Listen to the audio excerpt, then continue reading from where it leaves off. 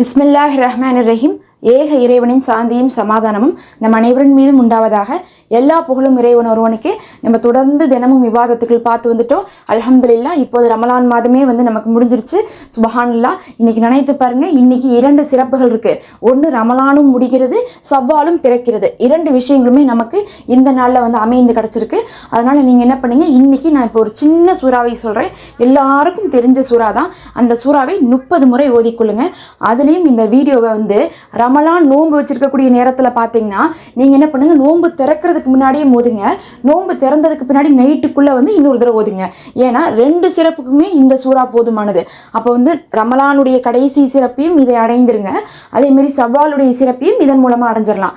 அதனால நீங்க இப்படி ஓதிக்கலாம். இல்லை நான் கடைசியா லேட்டாக தான் சிஸ்டர் பார்த்தேன் அப்படின்னா நீங்க மகரீபுக்கு அப்புறம் இருந்து நைட்டுக்குள்ள ஓதனா கூட போதுமானது. அப்போ 2 தடவையும் ஓதலாம், இதை ஒரு தடவையும் ஓதலாம். இப்போ அந்த சூறா என்னன்னு சொல்கிறதுக்கு முன்னாடி, இந்த ரமலான் மாதத்தில் நம்ம என்னென்ன அமல்கள் செஞ்சுருக்கோம்னு பார்த்தீங்கன்னா, நம்ம நோன்பு வச்சுருக்கோம், தொழுகிறோம், திக்ரு செய்கிறோம், துவாக்கள் ஓதுறோம். ஆனால் அதிகமான குர்ஆன் ஓதணுமான்னு கேட்டால் கிடையாது. எவ்வளோ குர்ஆன் ஓதிருப்போம்னு பார்த்தீங்கன்னா, அதிகபட்சம் 1 இல்லை 2, ஒரு சிலர் 3 ஓதுவாங்க. அதெல்லாம் பார்த்தா எல்லாருக்கும் சாத்தியம் இல்லை. ஏன்னா வீட்டில் வேலை இருக்குது, குழந்தைகள் இருக்காங்க.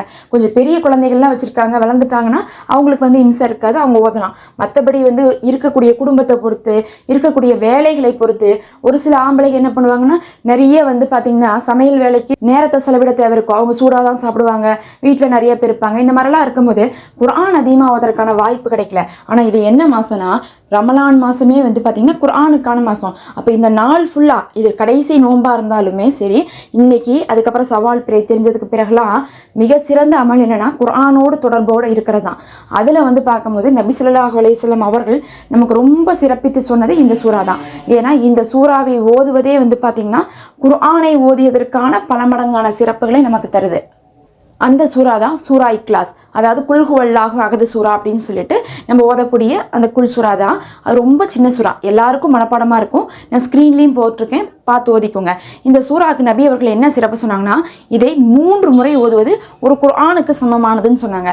அப்போ ரமலான் மாதத்தில் இந்த சவ்வால் ஒரு பிறையை ஆரம்பிக்கக்கூடிய நாள்லாம் நம்ம எந்த நன்மையை செய்து நம்ம ஆரம்பிக்கணும்னு பார்த்தீங்கன்னா, குர்ஆன் ஓதிய நன்மையோடு ஆரம்பிக்கணும்.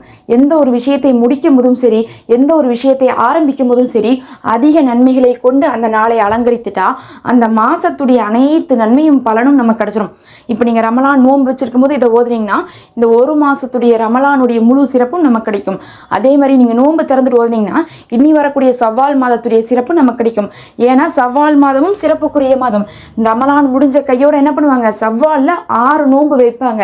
ஏன்னா அது சிறப்புக்குரிய மாதம்னு சொல்லிட்டு. அதனால பார்த்தீங்கன்னா 2 சிறப்புகளுமே உங்களுக்கு கிடைக்கும். இந்த சூறாவை ஓதுங்க. எப்படி ஓதுனா, 30 முறை ஓதுனீங்கன்னா உங்களுக்கு 10 குர்ஆன் ஓதிய நன்மை கிடைக்கும். யோசிச்சு பாருங்க, நாம் இன்னைக்கு எதில் இருக்குன்னா, இப்போ நமக்கு அல்லாஹ் 10 நாள் ஒரு அரிய வாய்ப்பு கொடுத்துருக்கான்னு வச்சுக்கோங்க. அந்த 10ஆவது நாளுடைய கடைசி ஒரு 4-5 மணி நேரம் தான் நமக்கு இருக்குன்னா, நம்ம என்ன பண்ணுவோம், அந்த அரிய வாய்ப்பை நம்ம என்ன நினைப்போம்னா, பரவாயில்ல இன்னும் 4-5 மணி நேரம் இருக்குது, அதுக்குள்ளே நம்ம நன்மையை சேர்த்திடணும், அதுக்குள்ளே நம்ம என்ன பண்ணிடணும், நமக்கு தேவையானதை சம்பாதிச்சுக்கணும்னு சொல்லிட்டு தான் மனசு ஆசைப்படணும். அதனால இன்னைக்கு கடைசி நோன்பு தான், அவ்வளோதான், இனி இபாதத்தெல்லாம் செய்ய தேவையில்லை, நோன்பு வச்சா போதும்னு நினச்சிடாதீங்க. இன்னைக்கு கடைசி நொடி வரையும் நீங்கள் இபாதத் செய்யுங்க. நோன்பு திறந்ததுக்கு பிறகும் இன்னைக்கு நம்ம ஆரம்பிக்கிறதா, ரமலான் முடிஞ்சதோட நோன்பு முடிஞ்சதோட அமலை விடுறவங்க எப்படிப்பட்டவங்களா இருப்பாங்கன்னா, வெறும் ரமலான் மாசத்துக்காக அமல் செய்து நடித்தவர்களாக ஆயிடுவாங்க. ஆனால் அல்லாஹ்வுக்காக அமல் செய்கிறவங்க எப்படிப்பட்டவங்கன்னா, ரமலான் முடிஞ்சதுக்கப்புறம் அதை அதிகப்படுத்துவாங்க.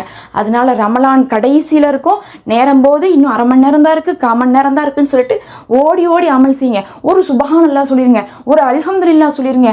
ஏன்னா நோம்பாளியாக நோம்பு மாதத்தில் ரமலானில் நாம் அந்த சுபஹானல்லாஹையும் அல்ஹம்துலில்லாஹையும் சொல்கிறதுக்கு நம்ம கொடுத்து வச்சுருக்கணும். அதனுடைய நன்மையெல்லாம் நம்ம இங்கே உட்காந்து நம்ம கணக்கே போட முடியாது.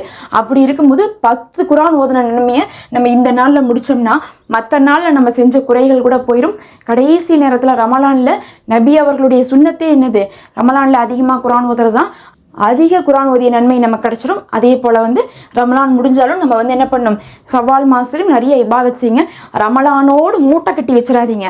அல்லாஹ் இடத்துல சொல்லுங்கள், யா அல்லாஹ், நான் பாரு இந்த சூறாவை ஓதி குர்ஆனுடைய நன்மையை தேடுறேன், நான் உன்னை விட்டு விலகி போக மாட்டேன், இபாதத்தை குறைச்சிக்க மாட்டேன், ரமலானுக்காக மட்டும் நான் இபாதத் செய்கிறவ கிடையாது, நான் உனக்காக இபாதத் செய்கிறவன்னு சொல்லிட்டு நீங்கள் அல்லாஹ் இடத்துல சொல்லி, இன்னைக்கு பார்த்தீங்கன்னா நோன்புக்கு முன்னாடியும் நோன்பு திறந்ததுக்கு பின்னாடியும் இரவு வரையுமே நீங்கள் என்ன பண்ணலன்னா இந்த சூறாவை 30 30 முறை ஓதுங்க.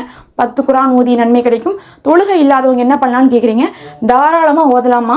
நம்ம மனப்பாடம் பண்ண சூறாக்கள், தினமும் ஓதக்கூடிய சூறாக்கள், இன்னும் வந்து குர்ஆன் மனப்பாடம் பண்ணுறவங்களே என்ன பண்ணுவாங்கன்னா தொழுகை இல்லாதப்ப விட்டாங்கன்னா அவங்களுக்கு மறந்து போயிடும். அதனால ரீகால் பண்ணுவாங்க.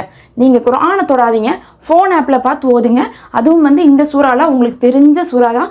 டெய்லியும் வந்து நம்ம ஓத வேண்டிய சூறா இதெல்லாம்.